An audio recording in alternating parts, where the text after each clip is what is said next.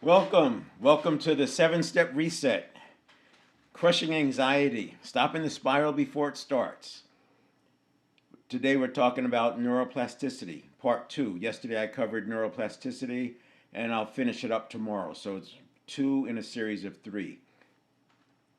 Just quick refresher, I'm using the 7-step reset, which is I designed it for transformation work.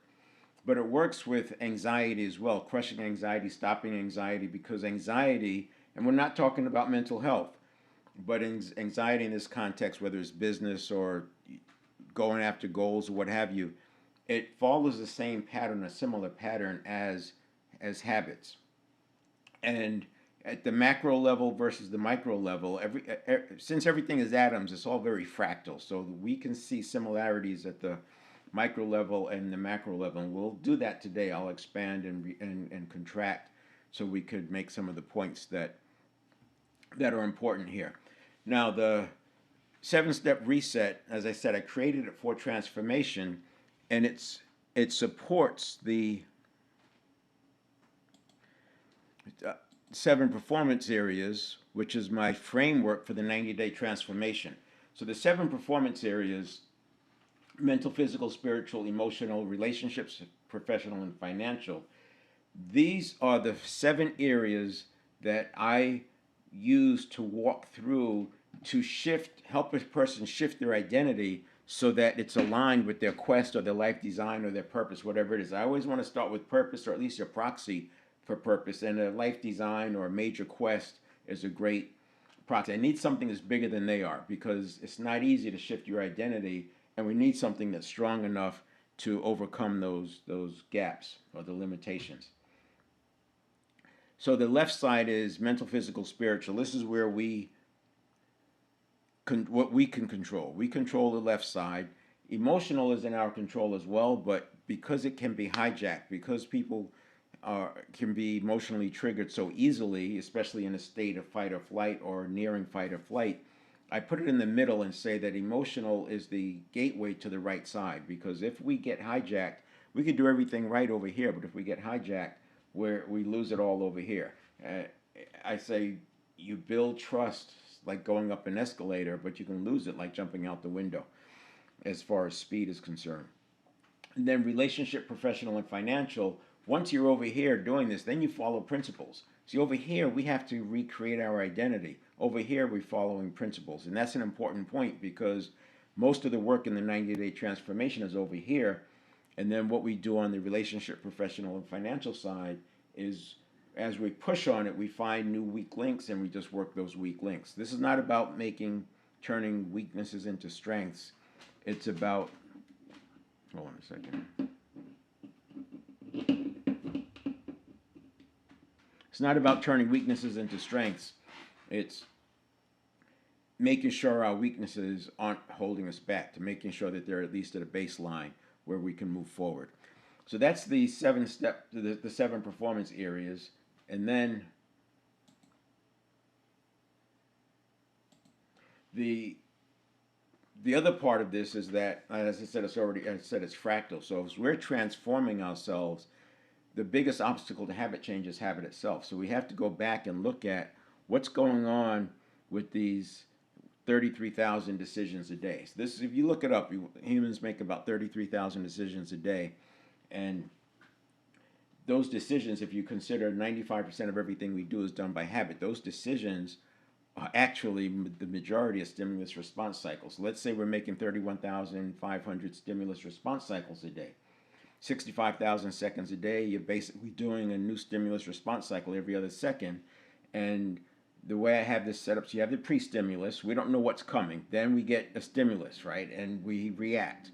And then from that reaction, we respond. And sometimes people make the response and the reaction the same, which is not a good thing.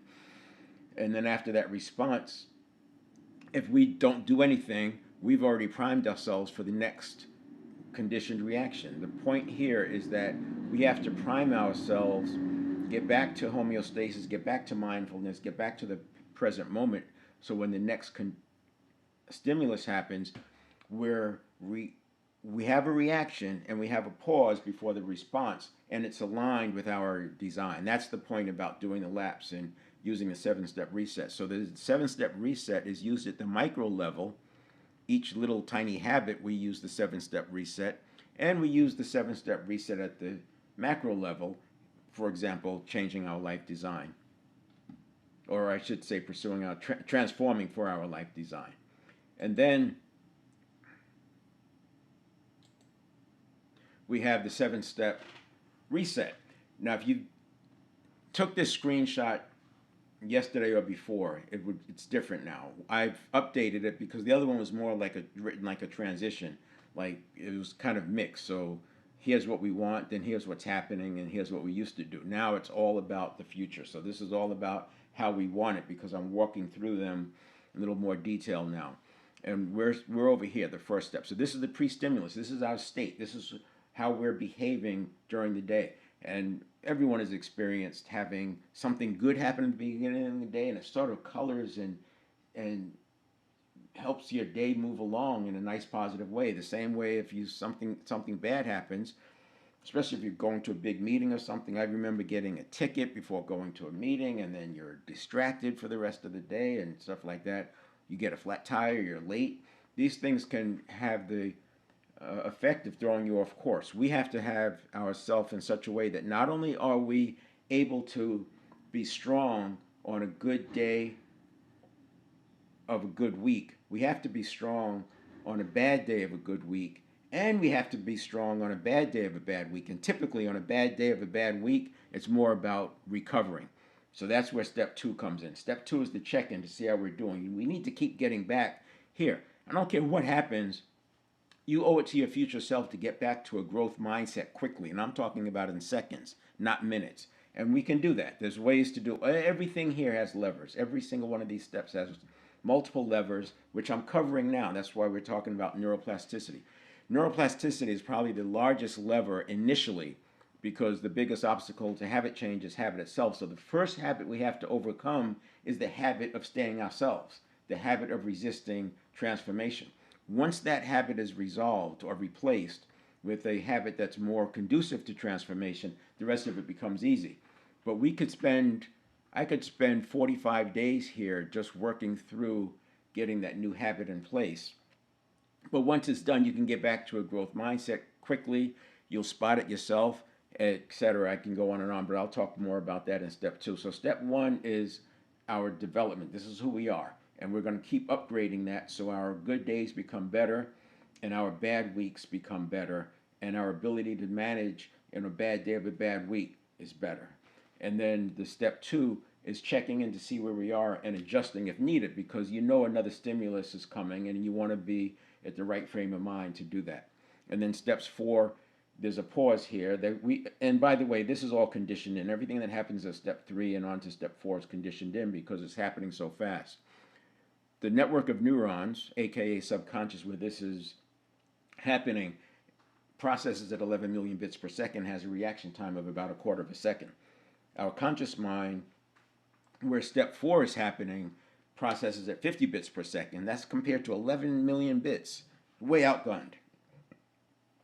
And then the reaction time is a half a second. So we have a gap here. Rather than just letting that gap be filled with whatever the network of neurons, aka subconscious, throwing at us, which is fear-based typically, and just creating more and more and more fight or flight, that pause is actually used for us to pull from the subconscious, because the conscious mind is over the subconscious. Sub is below, right? So the conscious mind can dictate what we want from that, but you have to condition it, and you can't tell it because it's processing too fast, and it gets to see the information before the conscious mind does. But you can condition it so that it hands that off to you. We'll talk more about that when we get there. But this, instead of it handing off to you just raw data, it's handing off to you the first step of problem solving, which is clearly define the problem.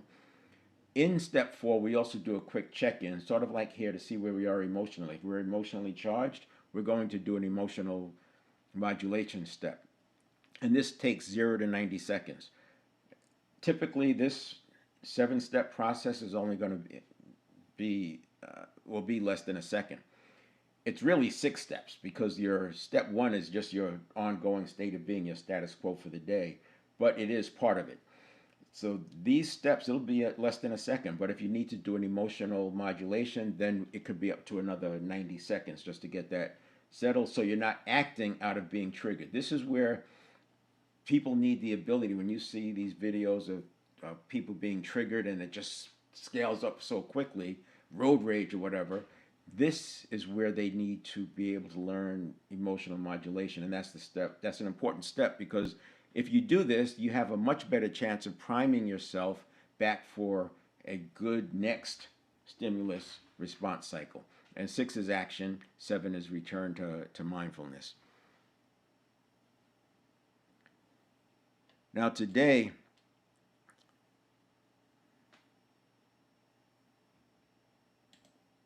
what I'll talk about today is leaning into more of the what happens with neuroplasticity. Yesterday was explaining neuroplasticity. I'll touch on it again at the right time today because I want to set the stage. But the first thing we want to do is look at what's going on and why habits are so difficult to change. Now, before I go forward, if I'm talking to somebody about neuroplasticity, it's very common for me to see their eyes glass over. Or what'll happen is they'll start connecting it to something else. Oh yeah, that sounds like this. Oh yeah, that's the amygdala, right there. But they're just like, it's associations. They're just like trying to be right. It's like, and I don't mean that in a negative way at all. But we're conditioned to want to understand things. We're conditioned to make the unfamiliar familiar as quickly as possible. So we're like, oh, that's like this, that's like that, and that cuts off the learning. What we have to do is stay open to it. If I talk to somebody about muscle memory, that doesn't happen. Most people have experienced muscle memory, and if they haven't, they have a working knowledge of it. They've heard the term enough. Point is, if I describe neuroplasticity but never call it neuroplasticity, I just call it muscle memory, I don't lose anybody. They're there. Then I make the point that muscle memory is not muscle memory, it's actually nervous system memory. Then you start to lose people because it's like, wait a minute, it doesn't even make sense. Well, think about it. The muscles don't have memory. It's the nervous system that activates the muscle, and the muscle does its thing.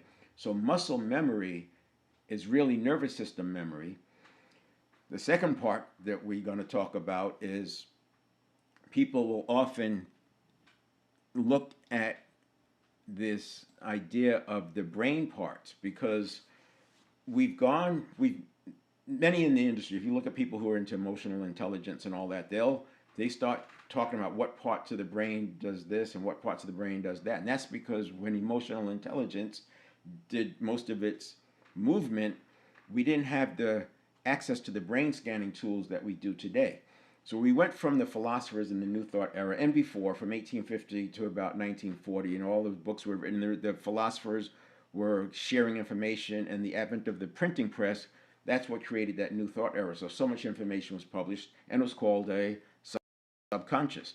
Then we get access to the printing press, to the scanning tools, and we recognize that, oh, wait a minute, it's not a subconscious mind, it's this network of neurons. And emotional intelligence was coming on board around that time, in my opinion. And so emotional intelligence, instead of calling it a subconscious, it started talking about what parts of the brain things are working in. Well, the challenge is that when you go down that path, it's like trying to figure out how a car works when all you really need to do is drive it. You don't need to understand throttle bodies and intake manifolds and exhaust manifolds and all that. You just need to push the button, put it in gear, and drive, unless you want to build cars. So that's how we want to look at this habit change and transformation and crushing anxiety, is just driving the car. So the pushback I have with looking at it from, oh, that's the basal ganglia, that's the hippocampus, or that's the amygdala, is that those are all neurons. They're all groups, like neighborhoods of neurons. And those groups of neurons, yes, they have a specific function, but neurons all behave in a similar way. So we have 100 billion neurons, 20 billion of them are in the prefrontal cortex, which was formed from age 19 to 27 about, which is why our 20s are so much different than our 30s, because we have an abundance of neurotransmitter, which is necessary as those neurons are being formed.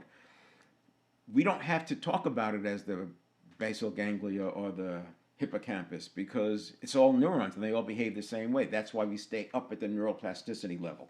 So that's a big difference, I think, that when I talk about it versus emotional intelligence folks talk about it. It aligns with emotional intelligence.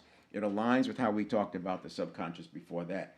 But looking at it from a neuroplasticity standpoint, you recognize that that cognitive processing is physiological and neurobiological. It's not mental. It's not the mind. The mind is separate. The mind is conscious, as I said, processes at 50 bits per second, whereas the network of neurons processes at 11 million bits per second because there's energy that's going through that network of neurons. There's 100 billion neurons.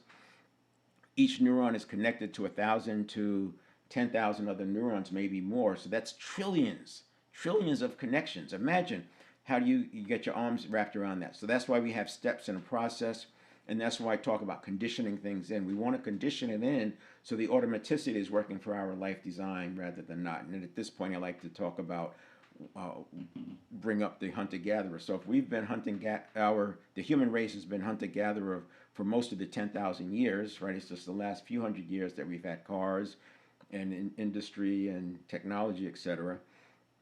But we also see where people are saying the brain, researchers are telling us the brain is 200,000 years old. So there's a lot of evolution packed into tens of thousands of years, or at least thousands of years, and the small amount of time from like the last 500 years or so is very, very small compared to the big part. And this is why we have to reset. That's why I call it a reset, because the way the conditioning was set up, it was based on the hunter-gatherer. And that's why we have most of our learning occurs from 0 to 7, most of our conditioning. 0 to 7, from 0 to 2, kids are in the theta state, then they move into the alpha state. They don't have to work for it. They just learn. It's like automatic. They just show up and they learn. Same thing happens in our teens, but now we're adding the personality, but the majority of the conditioning is 0 to 7. It made sense in a hunter-gatherer period because how they hunt and gather at age 35 is probably the same as they hunted and gathered at age 5. So it doesn't change. But if you look at today, as a boomer, what I learned is 0 to 7. There were no computers in the homes, right? There were, in fact, well, you just go on down that path. No anti-lock brakes, no seat belts. There's just on and on. The differences between 0 to 7 versus today.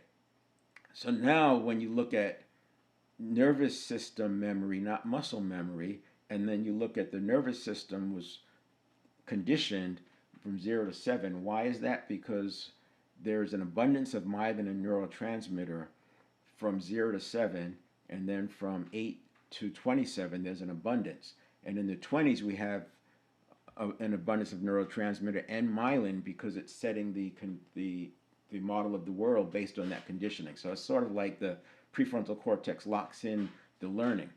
Myelin, I'll come back to myelin. So what we're talking about here, as I mentioned, that everything is fractal, and the micro is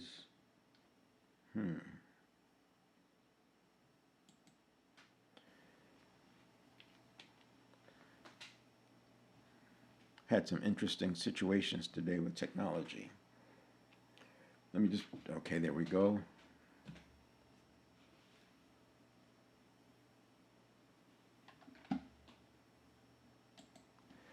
Now, what we're talking about, we're just going along here. This is our life, and we decide that we want to change. We decide that we're not comfortable here. We're going to be ambitious, and we want this.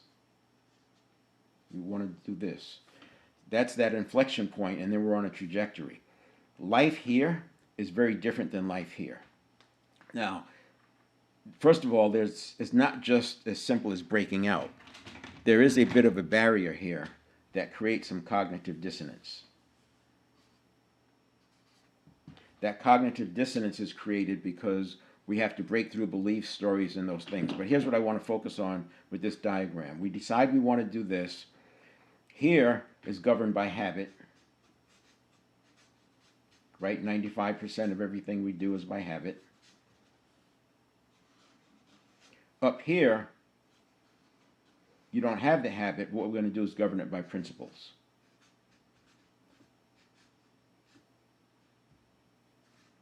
So it's a shift. And this is what comes up with transformation. This is why transformation is difficult. It always fascinated me how many times you read somebody who's successful, you read about someone who's successful, and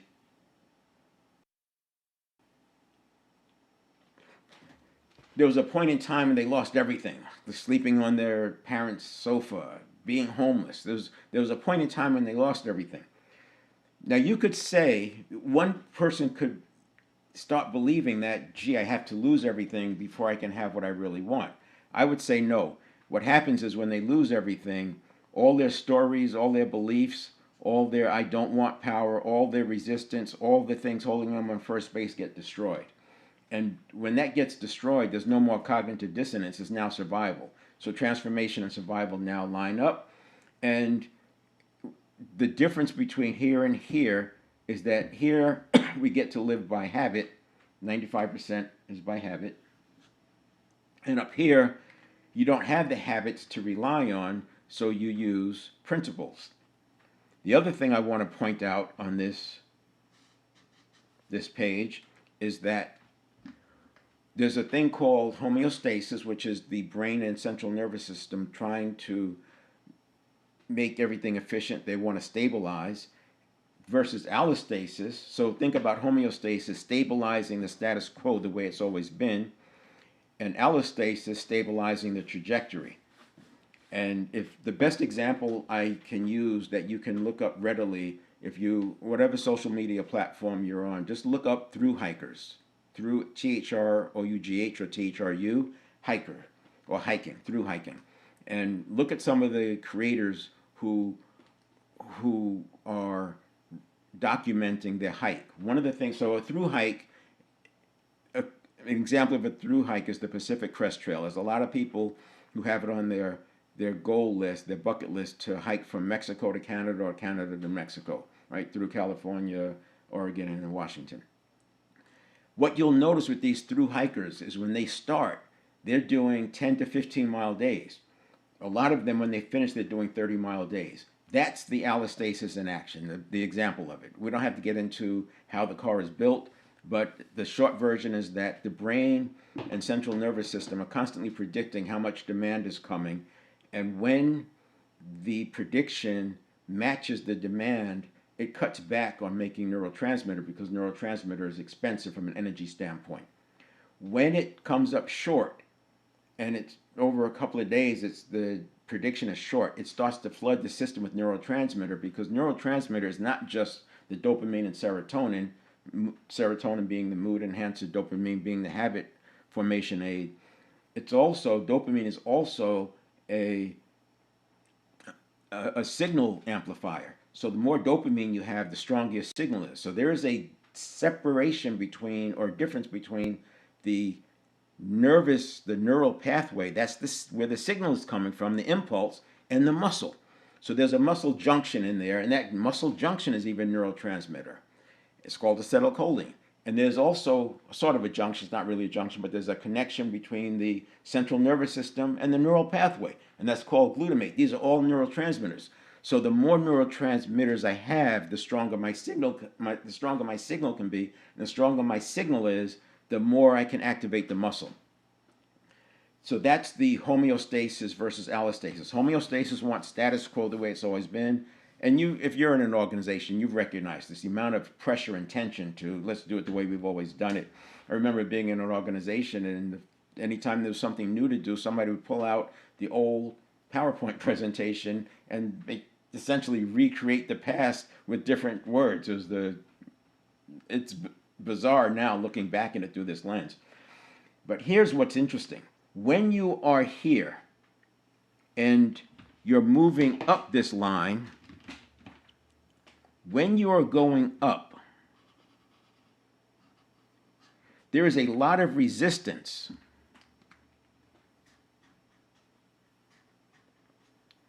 Because unfamiliar is a threat. The reason why you have the habits you have is because they were formed for your safety. And when you're doing this, first of all, any breakthrough requires a break with the past. Any breakthrough is preceded by some confusion because you're letting go, you're breaking through stories. That's the cognitive dissonance. But as you're going up, the resistance gets intense and it's trying to stop you and keep you from going up. But what's interesting is when you fully break through,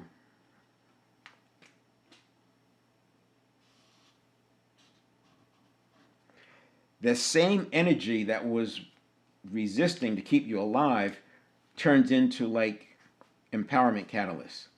Because the objective was never to stop you, the objective was to keep you alive, but it thought what it was doing was keeping you alive. This is why it's so hard to leave first base when you want to go to second, proverbially speaking. This is why, in my opinion, when a person loses everything, they've already wiped this out. They've already broken through it. This is what happened, in my opinion, in Ranger School. Going through Ranger training, they literally break this.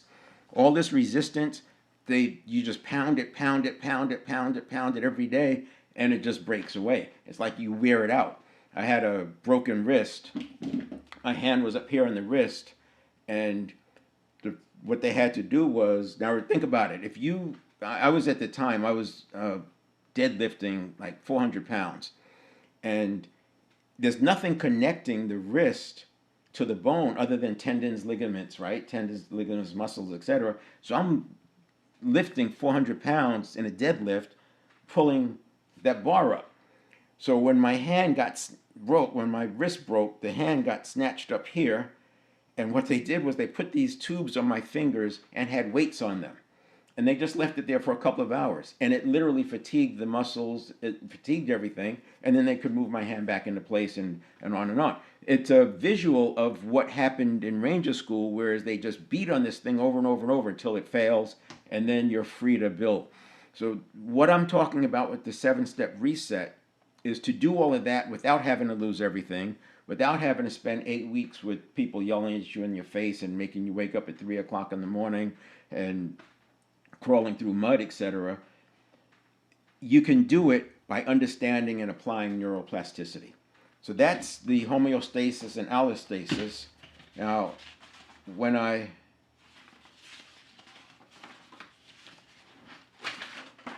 this is what I talked about yesterday, and the refresher is that, so you have neurons, there's 100 billion of them, and a neural pathway, the amount of neural pathways that can be involved in making a step is literally thousands, right? If there's trillions of neuron connections, you can imagine how many neural pathways are needed just to take a step, let alone do something complex.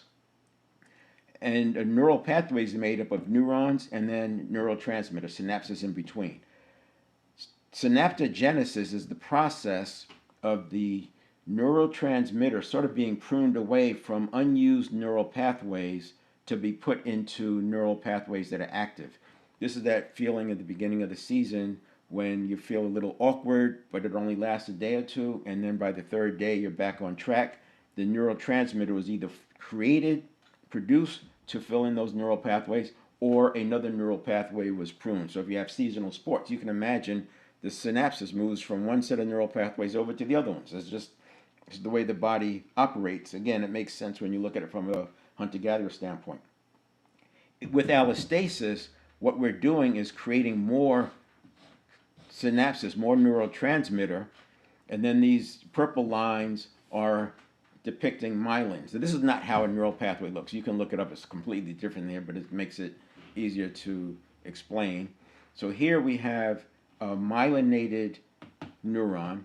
And when neurons get wrapped with myelin, and you do that with deep practice, or I should say 3 ways to get a neuron wrapped with myelin: intensity, duration, or frequency. Ideally, all 3, and that's what deep practice does. Deep practice brings in intensity, it brings in frequency, and it does duration, not in terms of pure duration, but with intense focus. So if a person doing deep practice using working on a piano piece, they may get exhausted after 5 minutes of deep practice, whereas they could practice regularly for an hour. Now, when you wrap the neurons with myelin, they fire faster, stronger, and with more accuracy. So if you think about a person shooting 3-point shots and has a high percentage, they have well wrapped neurons. If they stop playing basketball, the neurons will continue to be wrapped, but the neurotransmitter leaves. That's the synaptogenesis. It gets pruned onto something else. And if they went out and tried to hit some three-pointers, they're going to miss much more than they would have when they were practicing. But with just a few days of practice, it comes back because the neurons are there. So the neurons fire fast, strong, more accurately, but you need the connection of the neurotransmitter connecting them. And that's the neurotransmitter is what's so fluid. That's the allostasis and the homeostasis. I don't want to shortchange the myelination because that's a big factor. And myelination is part of neuroplasticity, but you need both. And you're not going to get myelination without the synaptogenesis happening. But once you get it happening, then it's like riding a bicycle. That's what they talk about. It's just like riding a bicycle. So they get wrapped with myelin, and now because of the allostasis, you get more neurotransmitter. This is the through hiker doing 30-mile days at the end of the through hike versus 15-mile days were hard and long, considered long at the beginning. So this is a strong pathway. This is why it's easier to replace habits than it is to break a habit. This is very difficult to break. And it's more difficult because as you try to break it, what are you triggering? You're triggering associations. What are those associations? Those associations are there reinforcing the old habit. By layering on a new habit that doesn't trigger these associations, it triggers other ones, it gives you a chance to build up the neural pathway to the point where you now have a new neural pathway. You're not going to break the neurons down, but the synapse moves to this other one. This is why sometimes it's easy, you break a habit or replace a habit, it's easy to slip back. But by understanding that this is the process, you just get back on the horse and go after it again. You just reinforce and lean into the new habit is the solution. You just keep reinforcing the new habit. And that's why I use a 90-day transformation with the 7 fitness, the 7 performance areas, and the 7-step reset. I'm constantly monitoring where's the person, where are they improving. So I'm looking for improvement in that mental, physical, spiritual, emotional. I'm looking for week to week, month to month improvement. And when it stalls, we have to look at why that's stalling and go back and backtrack and then use the 7-step reset to keep the momentum going. I mentioned hiking. Other things that will show up here, I've seen people with painting. It works with painting. It's not just strong physical things because the what makes it work is there's 7 factors that are associated with this. Novelty, so something new. Intention, you have to be very intentional about what you're doing. So if you're painting, trying to paint a landscape, it's very intentional. You're focused. You get into that flow state. These 7 factors are very consistent with flow state. Then you have balance or complexity. I say balance or complexity. If it's physical, obviously balance makes a sense. Like if you think about hiking and you're scrambling over rocks, etc., there's some balance. But if you're painting, you don't balance unless you're introducing that, but you do have complexity because you have the branches and the leaves, etc. Then we have precision. That makes sense. So you want to be precise with it. And by the way, neurons, when they fire accurately, that's considered 0 plus or minus 4 milliseconds. That's plus or minus 4 thousandths of a second. There's 8 thousandths of a, not even a hundredth of a second range between that. And so the more precise you are, the closer you're going to be to all the neurons in a pathway firing it right at 0, not plus or minus.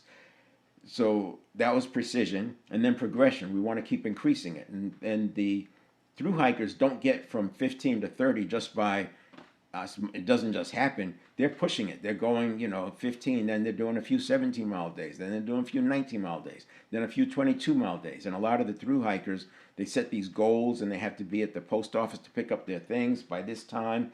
They have a camp reservation by that time. And so there's this pressure, and it makes it important. So that's the progression. And then you have explosiveness on the physical or intensity bursts on actions. And that's the intensity would be, if you think about hiking, the intensity comes in, the energy burst comes in because you got a day or two where you've got to get some distance done to get to your campsite before the permit expires. And then the last one is struggle at the edge of ability. So when you look up deep practice, you'll mostly see struggle at the edge of ability. But those other 7 factors are all associated with neurotransmitter production. And whether you're sprinting or footwork drills or hiking or knitting, I put down painting, pottery, rock wall climbing is another good one. Musical instruments is another good one. When you're doing those, you're building neurotransmitter. Neurotransmitter is not the neurotransmitter. The same factors that are present with neurotransmitter production and increase are present that improve mitochondria. Mitochondria is like the organs in our cells. The BDNF, brain-derived neurotrophic factor, which is essentially the health of the neurons and the cells. So that BDNF is actually helping your neurons better, which is going to help you with the neuroplasticity. It builds testosterone for men and estrogen for women after menopause. This is all the things that are associated with the same things that produce more neurotransmitter. Anti-inflammation, reduces oxidative waste. The list is long. Look up benefits for sprinting and you'll see that list, and that list works for these other things that I'm talking about when you apply those 7 factors: novelty, precision, balance or complexity, progression, and then explosiveness or energy bursts, and struggle at the edge of ability. It's going to be present there. And I use footwork drills, I use walking with a weighted vest, I use hiking, and I like to hike and put time limits on myself because I live in a flat area, so I don't have the hills. I have to drive to get to the hills. But when I'm just doing some hiking for recreation or neurotransmitter production, I put goals on myself, like whether it's the pace, the average pace, or setting myself to get to a certain place by a certain time and putting that pressure on, and that keeps the intensity. What we're doing with the intensity, those 7 factors are communicating to the nervous system and the brain that this is an important thing, and that's where the allostasis kicks in.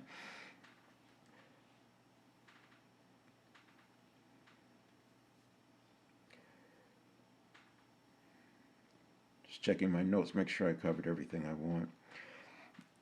And I'll wrap up with this, and I'll start here tomorrow.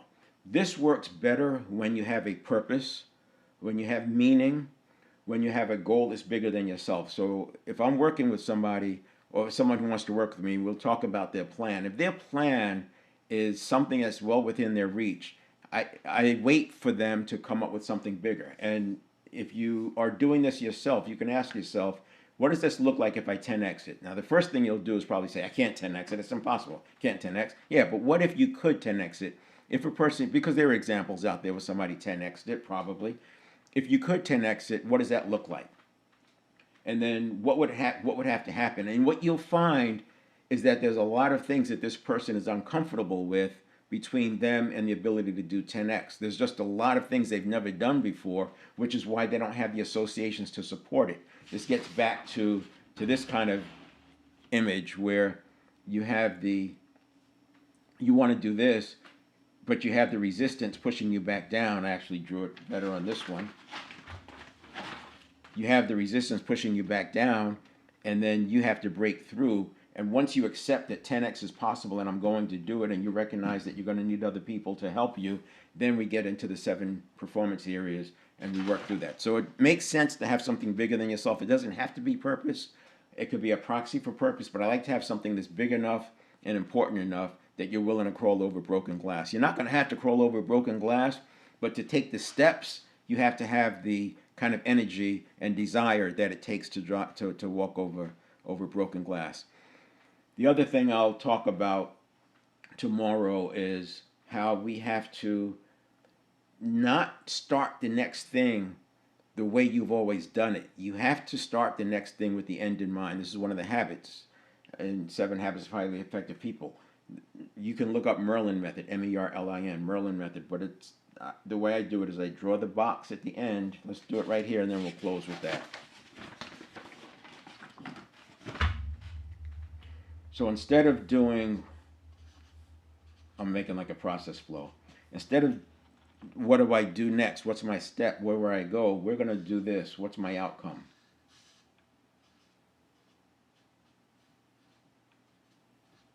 And then from the outcome, we figure out what has to happen for that to occur.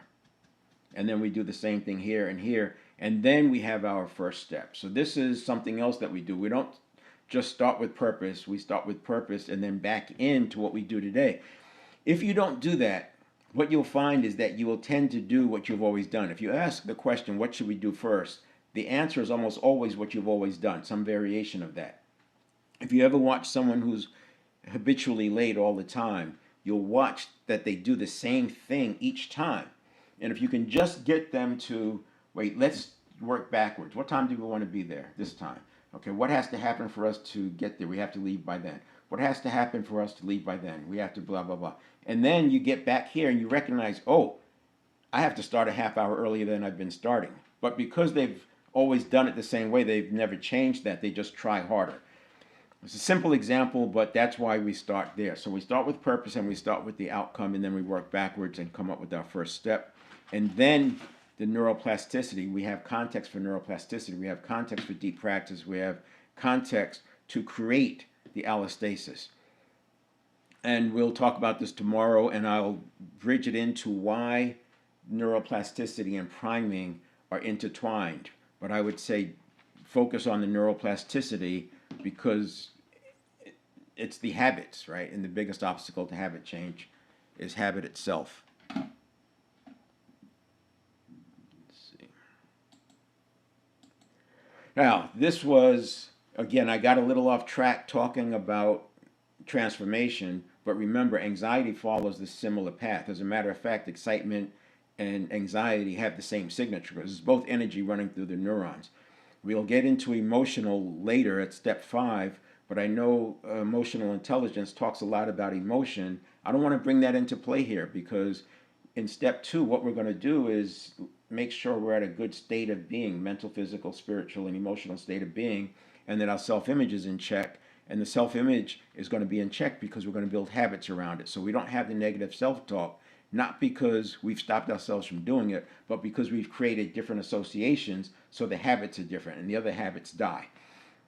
But tomorrow I'll finish up neuroplasticity, Friday I'll do priming, and then on Monday we'll get into the mindset, and I think I'll spend 2 or 3 days on physiology because it is so important. You can look up Amy Cutter on YouTube. She has a YouTube video, just like it sounds, Cutter. She talks about how posture can create testosterone, and what she's leaning into is these associations, and she's leaning into this allostasis in a different kind of way.